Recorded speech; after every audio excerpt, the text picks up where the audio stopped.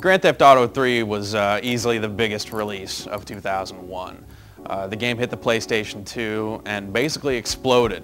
It's still huge today. It's selling incredible numbers, and you know, it's pretty much universally loved at this point, with the possible exception of some, you know, groups of mothers and people that don't like video games. But those people aside, you know, the Grand Theft Auto series is pretty much where it's at. Rockstar is currently putting the finishing touches on its new game, Grand Theft Auto Vice City.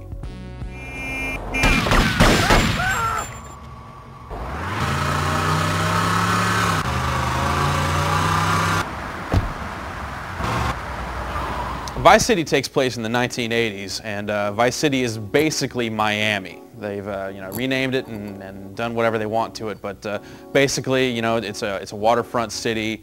And you know, if you've watched Miami Vice ever, then you know that 1980s Miami is about one thing and one thing only: cocaine. The whole story basically centers around a drug deal gone bad. You play the role of Tommy Vercetti, who's voiced by Ray Liotta. Tommy's a hardened criminal. He's just done 15 years in jail up in Liberty City, and he's much too hot to work in that area. So the crime family sends him down to Vice City, where he can kind of set up a new shop and get in on some new action, namely the action of cocaine. Of course, Tommy's first deal goes horribly wrong. He loses the money, doesn't get the cocaine, and the crime bosses are a little angry. So it's up to Tommy to kind of set things straight and get the operation going in Vice City. At its core, Vice City is pretty much going to run the same way GTA 3 did. The whole city is broken up into 3 different sections that will unlock as you progress through the game. You'll be going on missions, and as you accomplish those missions, you'll be furthering the storyline and unlocking, you know, new contacts throughout the city and be able to do bigger and better things.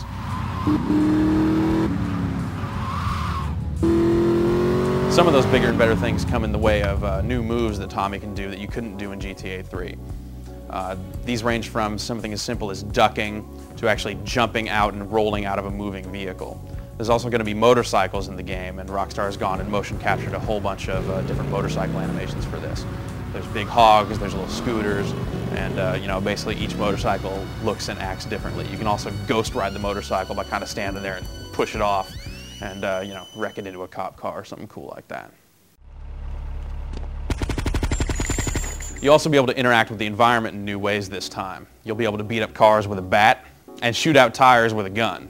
You'll also be able to shoot drivers that are inside vehicles, which is a you know, huge improvement. You know, I know I spent like an hour trying to do that in GTA 3 before realizing you just can't do that. But now you'll be able to do it.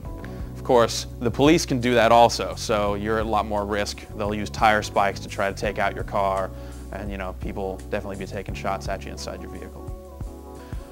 You'll be able to venture inside some buildings in Vice City, not every single building, but enough to where you'll be able to kind of, you know, go in and hide from the cops. The scenario that I was basically painted involved, you know, say you're on the run from the police, there's a pizza shop, you can run into the pizza shop, duck behind the counter, and you'll have a lot, you know, better cover to take out the cops. You kind of pop up, shoot, pop down, pop up, shoot.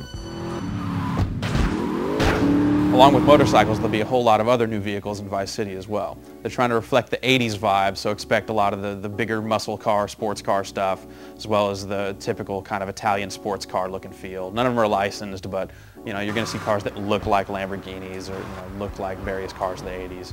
Lots of coupes and sedans, that sort of stuff. You'll also be able to fly a helicopter.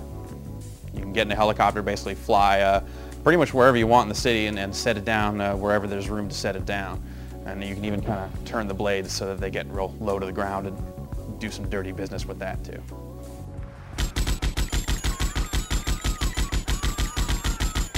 We weren't shown a whole lot of different weapons in Vice City, but we can tell you that all the weapons from GTA 3 will return, and there's going to be quite a few new weapons as well. The weapons work in kind of a class-based system now, so if you want to wield, say, a screwdriver, you're going to need to put your bat down. There's also a chainsaw and a whole host of new melee weapons like a machete, knives, things of that nature. There's also a MAC-10, a Ruger, a few different weapons, an M60 machine gun. So there's a lot of different weapons in the game that will basically kind of serve the same purpose as the weapons in GTA 3. We don't really know too much more than that at this point. Rockstar's being pretty secretive about the exact weapon count and what each weapon will be able to do. While Vice City does, at its core, use the same basic engine that GTA 3 did, they've done a lot to kind of improve the way it looks. The first thing you're going to notice is that the lighting is a lot cooler looking. Miami was kind of a flashy city at night, so you have that whole neon glow to a lot of stuff. Headlights on cars function as real headlights and things of that nature. Rockstar's improved the streaming technology to get data off the CD a lot faster, which will let you have a longer draw distance in the game. Also, the game's a lot more colorful. I mean, you're on the sun-drenched beaches of Miami, or Vice City. So you're going to see, a whole lot of different colors. Tommy starts out wearing this really colorful Hawaiian shirt. Think of it as Super Mario Sunshine with guns instead of water. Sound has always been a big part of the GTA games. They've always had that kind of radio station gimmick going all the way back to GTA 1. GTA 3 is really where the series kind of made its mark in audio by having, the talk radio stations and, all the crazy commercials and a lot of really great top-notch voice work. Rockstar's really being secretive with who's on the voice cast. The only person they've officially confirmed is Ray Liotta, who plays the main role of Tommy Vercetti. There are rumors flying around attaching, various other people to the project, Luis Guzman, Jenna Jameson, Philip Michael Thomas, but, like we said, that's something we can't really confirm at this point, so it's hard to say exactly who's going to be in the game, other than to say that Rockstar assures us that the voice cast will be everything the first game was and more. Speaking of radio stations, there'll be 9 hours of audio in the game, including radio stations and cutscenes and all that sort of stuff. You'll have your choice of genres, a whole lot of 80s music in there, some Judas Priest, Flock of Seagulls, Frankie Goes to Hollywood. They really kind of went over the top with the 80s on the soundtrack. So you'll have like a heavy metal station, you'll have a rap station, you'll be able to get some soul, some pop, some power ballads, and of course talk radio will make a return. The game will also feature 2 hours of cutscenes that'll be, of course, fully voiced. And since your main character does talk this time, the cutscenes that we were shown definitely felt a lot more alive.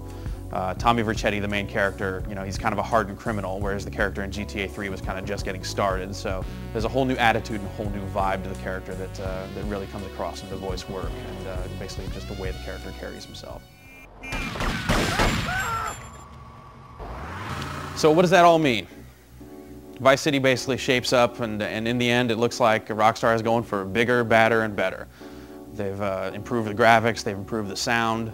The mission quality is said to be a lot more involved this time around, rather than kind of escort missions and ferreting people around the city. And it just sounds like they're basically taking what they've proved was already a solid game in GTA 3 and trying to hone that even further. I guess we won't really know for sure until the game is finished. It's currently scheduled to ship on October 29th.